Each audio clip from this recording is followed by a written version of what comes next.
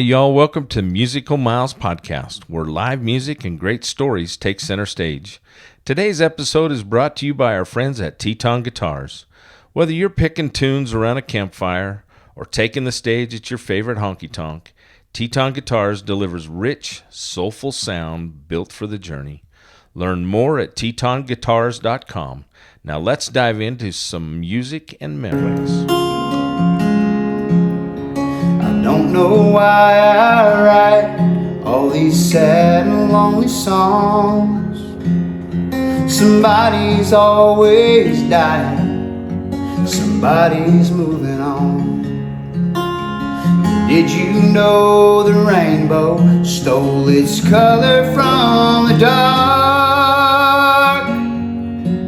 And the devil stands back laughing as he tears the world apart. And he's been tearing me apart now for a while. Sneaking in through the crooked bands of light, and there's truth in tears. Well, you can fake a smile, but a broken heart is real. And I'm no broken well, the melody burns inside of me. Feelings come and go, but it seems the bad ones stick around. And when you try to make them leave, they drag your heart all over town. So I take another breath and I relax the oceans deep inside, and hope tomorrow's blind to yesterday as I try to outrun the tide. And I've been running around now for a while, trying to find some shelter behind a smile. And there's truth in tears. Well, you can fake a smile, but a broken heart is real. And I'm no broken well, and the melody burns inside of me. I don't know why I write all these sad and lonely songs. Somebody's always dying, somebody's moving on.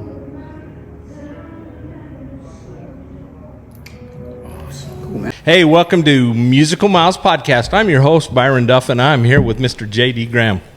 Welcome. Hey, thanks for having me, man. It's when you reached out to me, I love doing podcasts and just talking to folks, man. That's what we're all here to do, is just communicate, right? That's exactly right. Well, listen, you've got a great story to tell, but first of all, let's tell everybody we're in Dripping Springs, Texas. Yes. At the Dripping Springs Songwriters Festival. Yes, we're Dripping Springs Songwriter Festival. It's been going on Thursday through today's Sunday, the last day, and about 35 writers from all over the United States here. And man, I tell you what, it's I did this last year. It's my second year. It just keeps getting better. It's like I've heard so many people I've never heard before, and songs and thought processes I've never heard. And man, the city of Dripping Springs, they do this thing right. They treat us great. Well, interestingly enough, I've been to two. This is the third Songwriter Festival in 3 different weekends. 3 weekends in a row.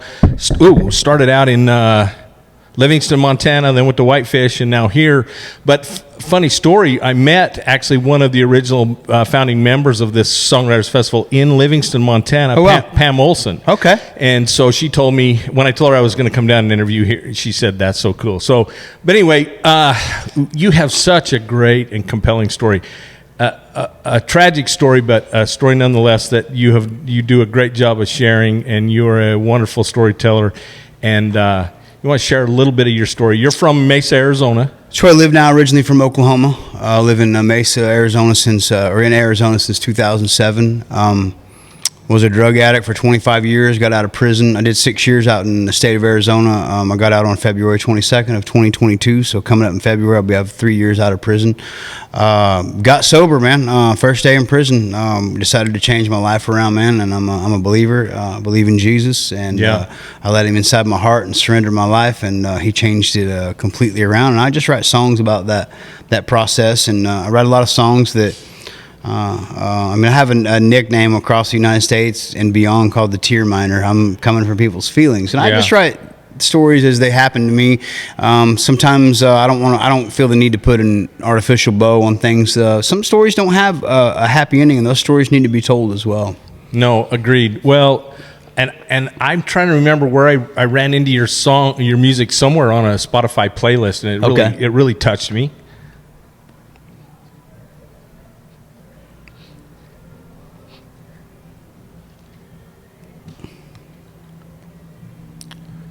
We have a son who's a recovering addict. Okay. Yeah, recovery is difficult. I struggle still. I barely made it to 7 years of sobriety, if I'm being honest. I got 7 years, 6 months, and what's the date, Jay? The 20th, 20 days off of hard drugs and alcohol, and this last 12 months has been the hardest for me. I can't explain why, but struggle exists, man. I'm like, I'll fight this till the day that I'm dead, and it's just as simple as that. I mean, it's not easy, but it's easier than it was, is what I like to tell people. But sometimes it still feels hard. I just keep pushing through it, and I try not to think about what tomorrow brings. And I know that today, it's about 4:00 here, and I know that I've been sober today.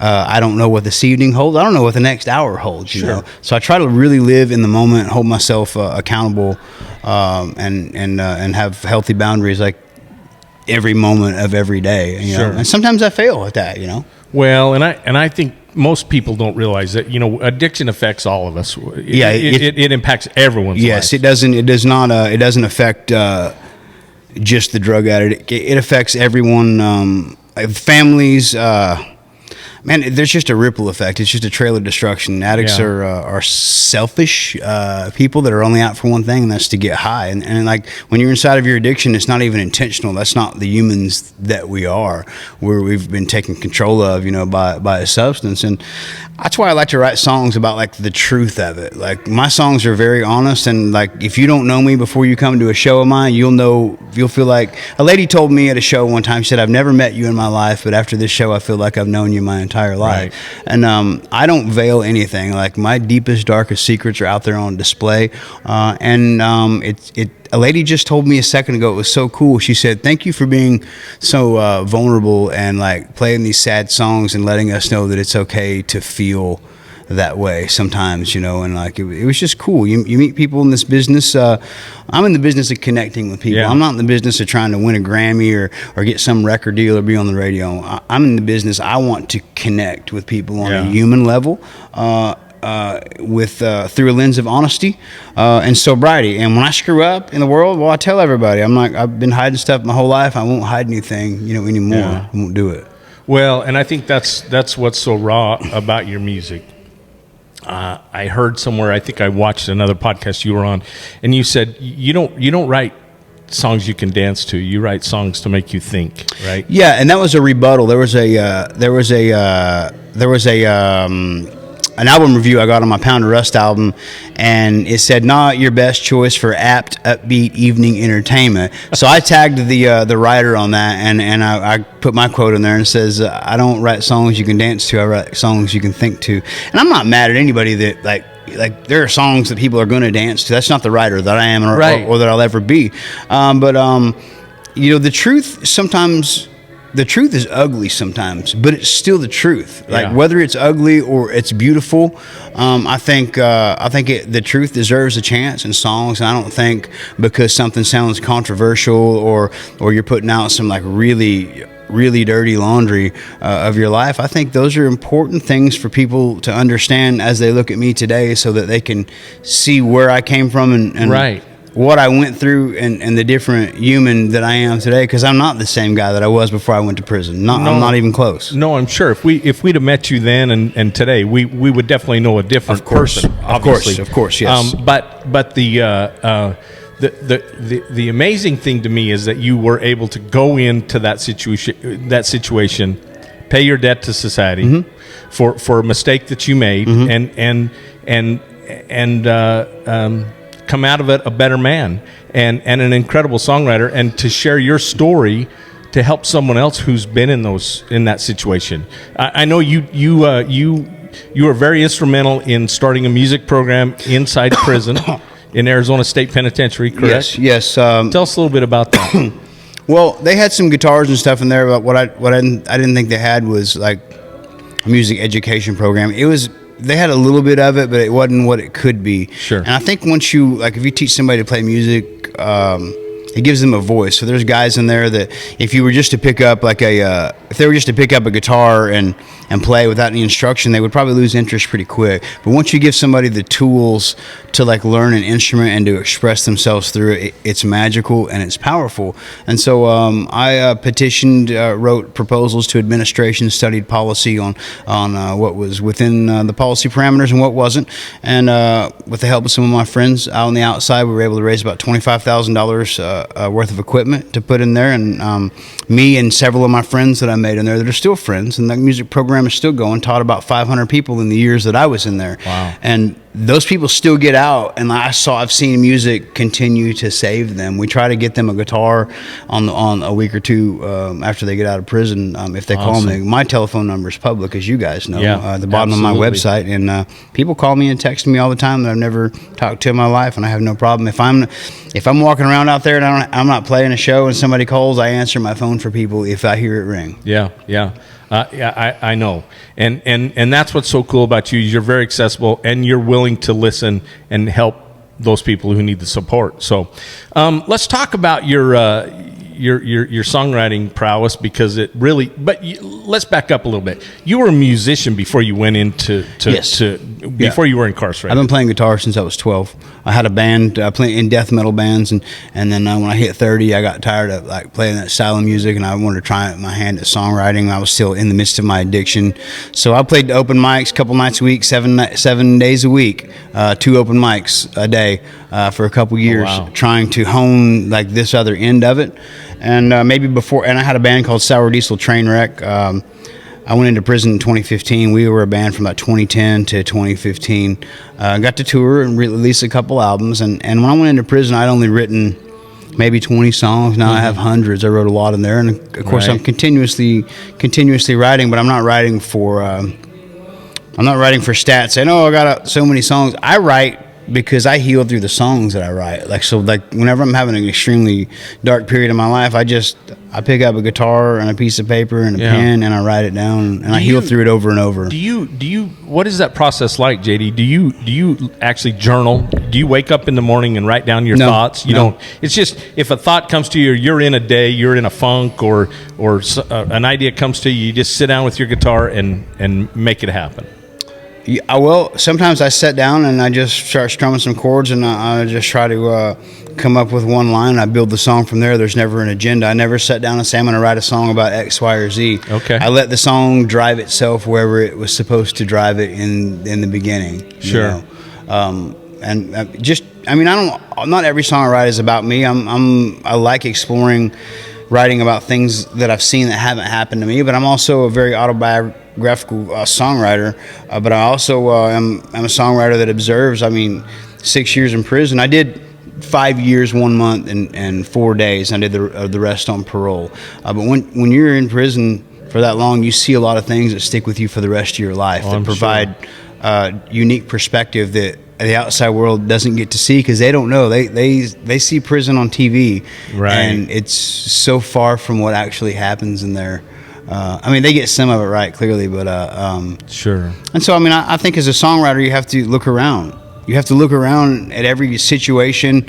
It may be a guy with a flat tire at Circle K. He's got a story, and you can pry into that story, Well, like I said earlier in the beginning, this is my third songwriter festival, and what I love is just the backstory that comes with those. You know, I listen to songwriters talk about, you know, being in an airport, you know, watching the people go by in the airport and thinking about the bartender and what his life is like and what his day to day is, watching everyone else come in and fly away, and how that, you know, how that person would perceive that. So anyway, he wrote that song based on that, and of course, you know, every songwriter's reasoning is different, and their process is different. Yeah, there's no two songwriters the same. There are some templates when it comes to, I think, writing for radio and publishing and things like that. I think there's some templates that a lot of people use, but every songwriter's process is different, and there's no right or wrong way. Sure.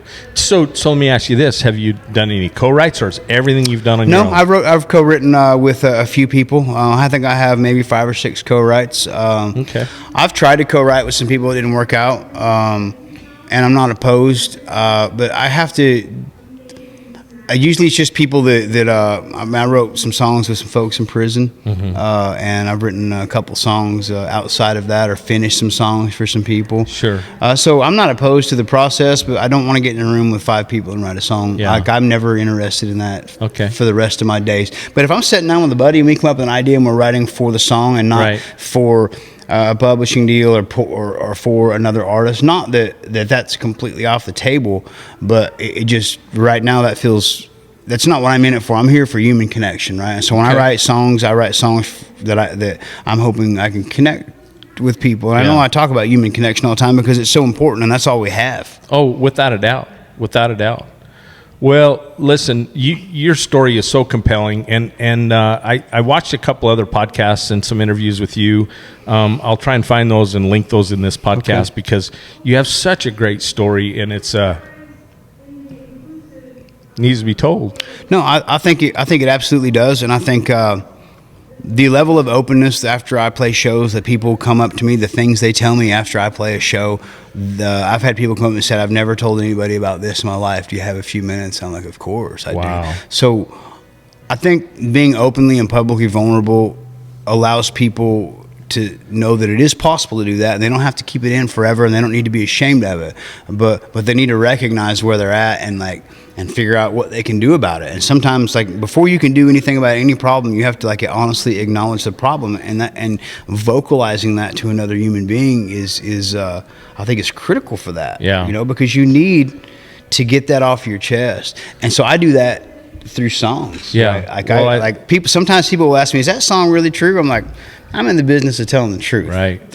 If the song is a story or a situation that I've seen, I'll tell somebody. Sure. But I like the song "A Pound of Rust" off my last album, the title track, and Percocets and Pawn Shop. Every line and every syllable in those songs is my life. There's no embellishment there just because I wanted it to sound cool, like I was like some renegade. You know, I've been in the streets, I've been on drugs, I've sold drugs, I've stolen drugs, I've robbed people, I've done all that. But I don't have to live that way anymore because the good Lord lives inside of me now, and He doesn't allow that stuff to happen. Cool. Well, I just think that's great. We're going to ask you earlier, we got a little video of you. You played the song that you, tell me the song, the title. Truth and Tears. Truth and Tears. What a song. You played it in here, and we got a video of that. That was so and I just amazing. played it for the first time in public right out here for my last song at the wrap-up party. And I videoed that as well. Oh, cool. But what a great song. Really, really tells a great story. Would you favor us again? Pick up this Teton guitar, play us a quick tune, because I know you got to go out and introduce Walt Wilkins this afternoon is here, and so we're excited to see that set as well. Sure. But Teton Guitars, a little company there in Idaho, has been so gracious to provide us with these guitars, and we'll have you play us a song and sing us something, and then we'll have you autograph it for us. Yeah, absolutely. Yeah, this guitar is really loud. I noticed that whenever I played it earlier. It's good. I'll play one off my new album called Hometowns. Okay. Unless you want to hear something different. We're good with that. I can give you heartbreaking stuff, or I can give you whatever. So give us this one. Okay, this is a song just from the perspective of your hometown not supporting you. playing in loud bars. Like when I went out on the road after I got on parole, I realized that there were rooms where people are quiet. So all I play is quiet rooms now. I'm not interested in playing wing night at Chili's or a loud honky-tonk bar where nobody's listening. I'm not interested. I repeat, for the camera, I'm not interested, don't ask. Well, I heard you and Walt talk about that. You just, by the way, I wanted to mention, you just got back from a tour through the Netherlands. I did, yes. 2 weeks over there with Zach Aaron. Yes. I watched you and followed you through that whole deal. So. Right. Yeah, it's a great deal. So this song's just about that perspective of hometowns not giving you support from the songwriter perspective.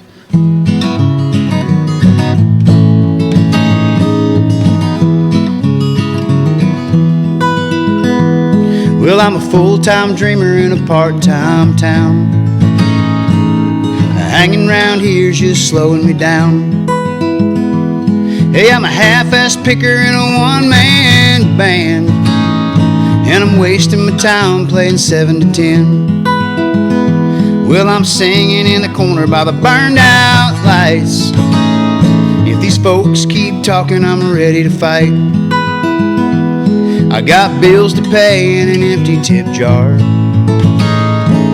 Mama said I should have been a movie star. Yeah, Mama said I should have been a movie star. Well, hometowns never really feel like home, so I do my best to stay out on the road. Hey, I'm a backstreet poet out running loose. I got my hometown in the rear view. Well, they never even knew I was gone. Well, I'm an all-night thinker with a pen in my hand, and I'm waiting on my phone to start ringing again. Well, last month I was playing up in Illinois at the backroom lounge, and they made some noise. And then I drove to Montana for a hell of a night. I can't wait to get back to Live from the Divide. Well, I believe in God and I believe in songs. I live in Arizona, but it ain't my home. Well, I was born in Oklahoma, but it ain't my home. Well, hometowns never really feel like home, so I do my best to stay out on the road. Hey, I'm a backstreet poet out running loose. I got my hometown in the rear view. Well, they never even knew I was gone.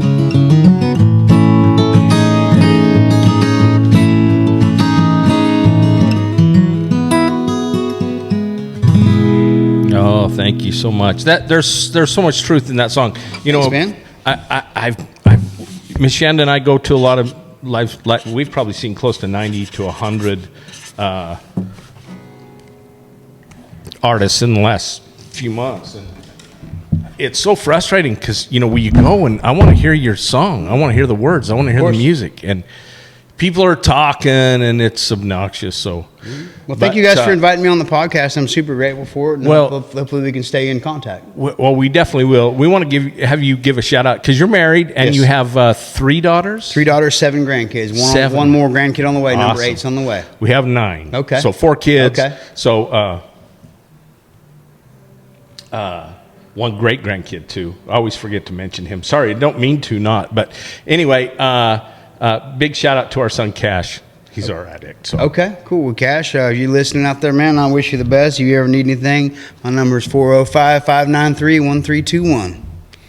I'm here for everybody out there that's struggling or otherwise, man. People struggle with their faith, and I don't have all the answers. All I can tell you is how I do it every day. Everybody's different, man. So shout out to Cash, man. Well, thank you. Yep. Don't forget to subscribe. Sorry. Yeah, you're good. YouTube, right here. Click that button, guys. You're going to miss these great interviews with great artists like JD. You can find me at thejdgraham.com, and that's my website. My Instagram is jdgrahamok. Facebook's JD Graham Music. Yeah, perfect. So reach out. His music streaming, excellent. Pound of Rust, great album. Thanks, man. All of it, awesome. Thank you again. Appreciate it, man. Yeah. Thank y'all so much. From Musical Miles Podcast, I'm your host, Byron. Miss Shanda's behind the camera. We'll see you somewhere else down the road. Adios. Thanks, guys.